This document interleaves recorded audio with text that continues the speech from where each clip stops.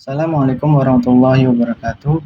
Perkenalkan, nama saya Sandi Faruk Al-Fawaj dengan NPM 2410631111072, kelas 4E, Prodi Pendidikan Agama Islam, Fakultas Agama Islam. Di sini saya ingin menjawab beberapa pertanyaan ujian akhir semester mata kuliah Filsafat Pendidikan Agama Islam yang diampu oleh Dr. Iqbal Ammar Mizaki, MPD.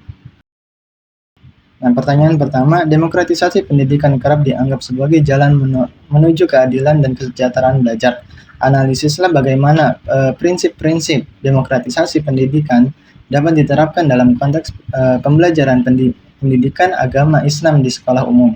Lalu evaluasilah tantangan utama dalam penerapannya di era digital saat ini. Nah, demokratisasi pendidikan merupakan proses pemberian kesempatan yang sama kepada seluruh peserta didik untuk memperoleh pendidikan tanpa diskriminasi. Dalam konteks pendidikan agama Islam atau PAI, demokratisasi pendidikan dapat diwujudkan melalui pembelajaran yang menghargai perbedaan kemampuan, latar belakang sosial, dan cara belajar peserta didik. Penerapannya dapat dilakukan dengan memberikan ruang diskusi terbuka, pembelajaran kolaboratif, musyawarah dalam pengambilan keputusan kelas, serta penggunaan metode pembelajaran yang berpusat pada siswa. Guru PAI itu tidak hanya menjadi sumber ilmu, tetapi juga fasilitator yang mendorong peserta didik berpikir kritis dan menyampaikan pendapat secara santun sesuai nilai-nilai Islam. Nah, di era digital sekarang, demokratisasi pendidikan semakin terbantu melalui berbagai platform pembelajaran yang memungkinkan akses ilmu secara luas. Namun terdapat beberapa tantangan utama, yaitu terbatasnya akses teknologi, rendahnya literasi digital, penyebaran hoaks keagamaan, juga kecenderungan peserta didik menerima informasi agama tanpa proses verifikasi. Dengan demikian, demokratisasi pendidikan dalam PAI dapat meningkatkan keadilan dan juga partisipasi belajar, tetapi memerlukan penguatan literasi digital dan pendampingan guru agar nilai-nilai Islam tetap terjaga. Soal kedua, Ibnu Khaldun memandang pendidikan sebagai proses bertahap yang memperhatikan aspek akal dan adab. Sintesiskan konsep pendidikan Ibnu Khaldun tersebut dengan model pembelajaran PAI berbasis kurikulum merdeka. Bagaimana Anda akan mengaplikasikan sintesis ini dalam rancangan pembelajaran PAI di kelas menengah pertama atau SMP? Nah, pada jenjang SMP, sintesis tersebut dapat diterapkan dalam pembelajaran materi kejujuran. Guru dapat memulai pembelajaran dengan memberikan contoh kasus ketidakjujuran yang sering terjadi di lingkungan sekolah. Selanjutnya, peserta didik diajak mempelajari ayat Al-Quran dan hadis yang berkaitan dengan kejujuran serta membicarakan dampak positif dan negatif dari perilaku tersebut. Setelah memahami konsep, peserta didik diberikan proyek sederhana berupa jurnal kejujuran selama 1 minggu yang berisi refleksi pengalaman mereka dalam penerapan sikap jujur. Melalui proses bertahap tersebut, peserta didik tidak hanya memahami konsep kebenaran serta teoritis, tetapi juga mampu menginternalisasikannya dalam perilaku sehari-hari. Dengan demikian, pembelajaran PAI menjadi lebih bermakna dan sesuai dengan prinsip pendidikan yang dikemukakan oleh Ibnu Khaldun maupun semangat kurikulum merdeka. Pertanyaan ketiga, Kiai Haji Ahmad Dahlan menekankan pentingnya integrasi ilmu, agama, dan sains dalam pendidikan. Evaluasilah relevansi pandangan ini dalam menghadapi tantangan dekadensi moral di kalangan pelajar saat ini. Selanjutnya, jelaskan satu desain pembelajaran PAI yang mencerminkan semangat integratif tersebut. Integrasi ilmu, agama, dan sains dapat menjadi solusi untuk mengatasi permasalahan tersebut. Melalui integrasi tersebut, peserta didik tidak hanya memahami perkembangan ilmu pengetahuan dan teknologi saja, akan tetapi juga memiliki landasan moral dan spiritual yang kuat dalam memanfaatkannya. Salah satu contoh desain pembelajaran PA yang mencerminkan semangat integratif Ahmad Dahlan adalah pembelajaran yang bertema menjadi lingkungan sebagai amanah Allah. Dalam kegiatan ini, peserta didik diajarkan mempelajari ayat-ayat Al-Quran tentang pelestarian lingkungan, kemudian melakukan observasi terhadap kondisi lingkungan sekitar sekolah atau tempat tinggal mereka. Setelah itu, peserta diajarkan menganalisis data hasil observasi yang menyusun solusi berdasarkan pendekatan ilmiah yang tetap berlandaskan pada nilai-nilai Islam. Melalui model pembelajaran tersebut, peserta didik belajar menghubungkan ajaran agama dengan realitas kehidupan sehingga terbentuk kesadaran moral yang kuat.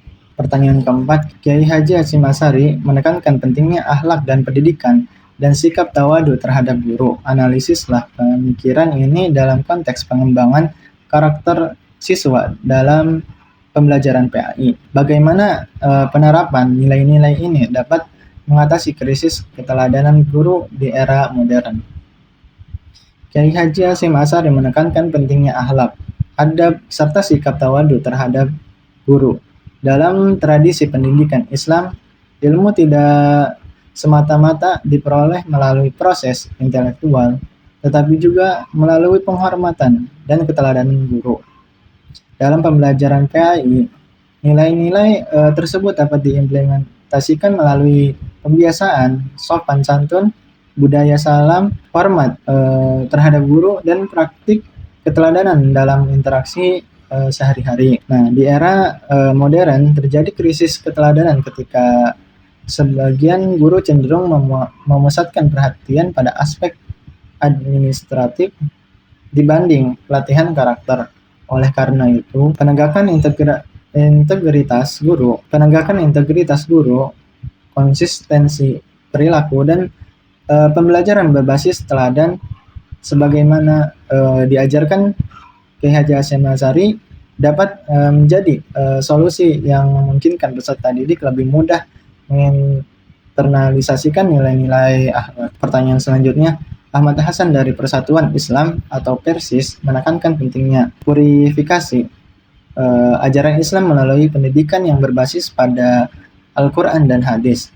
Analisislah pemikiran ini dalam konteks kurikulum pendidikan agama Islam saat ini. Apakah pemikiran tersebut lebih mendukung konservatisme atau reformisme dalam pendidikan? Berikan argumentasi Anda. Ahmad Hasan menekankan purifikasi ajaran Islam dengan kembali kepada Al-Quran dan hadis, sehingga dalam kurikulum PAI saat ini pemikirannya tercermin pada pentingnya pembelajaran berbasis dalil dan penguatan literasi keislaman. Nah, menurut penilaian saya, pemikiran Ahmad Hasan lebih cenderung pada koridor reformisme daripada konservatisme, meskipun ia menekankan kembalinya umat pada sumber-sumber yang autentik. Ia juga mendorong penggunaan akal dan ijtihad untuk memahami persoalan kontemporer. Bukti reformisme terlihat dari kritiknya terhadap praktik keagamaan yang tidak memiliki dasar kuat dalam Al-Quran dan hadis, serta dorongannya membangun pola pikir kritis di kalangan umat. Oleh karena itu, pemikiran Ahmad Hasan dapat menjadi landasan untuk membangun pendidikan Islam yang autentik sekaligus responsif terhadap perkembangan zaman. Pertanyaan selanjutnya, ontologi, epistemologi, dan aksiologi merupakan 3 pilar dalam filsafat pendidikan Islam. Buatlah sintesis hubungan antara ketiganya, lalu analisislah bagaimana ketiganya dapat digunakan sebagai landasan dalam menyusun visi dan misi program studi pendidikan agama Islam. Dalam konteks filsafat pendidikan Islam, ontologi membahas hakikat, realitas, dan keberadaan manusia sebagai makhluk dan khalifah Allah. Epistemologi membahas sumber ilmu yaitu wahyu, akal, dan pengalaman. Sedangkan aksiologi membahas tujuan dan manfaat ilmu bagi kehidupan. Yang ketiganya saling terkait. Ontologi menentukan apa yang dipelajari, epistemologi menentukan bagaimana memperoleh ilmu, dan aksiologi menentukan untuk apa ilmu itu digunakan. Nah, dalam menyusun visi program studi pendidikan agama Islam, sintesis ini diterjemahkan dengan menegaskan manusia sebagai hamba dan khalifah. Ini masuk ontologi. Nah, mengintegrasikan wahyu dan ilmu pengetahuan, epistemologi, serta menghasilkan lulusan yang berakhlak dan bermanfaat bagi masyarakat. Ini aksiologi.